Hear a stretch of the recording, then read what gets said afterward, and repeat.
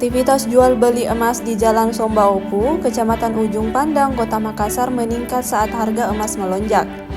Harga emas antam pada Kamis 29 Januari, ukuran 1 gram naik dibanderol Rp3.168.000.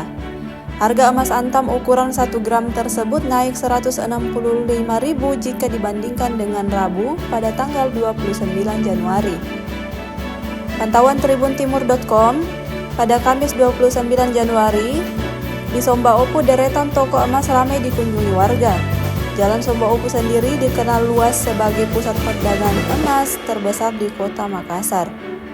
Sejumlah toko emas membandrol harga emas perhiasan di angka 3,1 juta per gram untuk kadar 20 karat. Menurut Selin, saat harga emas naik, warga yang membeli dan menjual emasnya cenderung sama. Toko Panen Emas sendiri mencatat adanya kenaikan pembelian sekitar 5% jika dibandingkan dengan Desember 2025. Senada dengan itu, salah satu penjual emas, Aris, mengatakan kawasan Somba Opu belakangan ramai saat harga emas naik. Sementara seorang warga yang ditemui tribuntimur.com menjual cincin emasnya karena kebutuhan mendesak.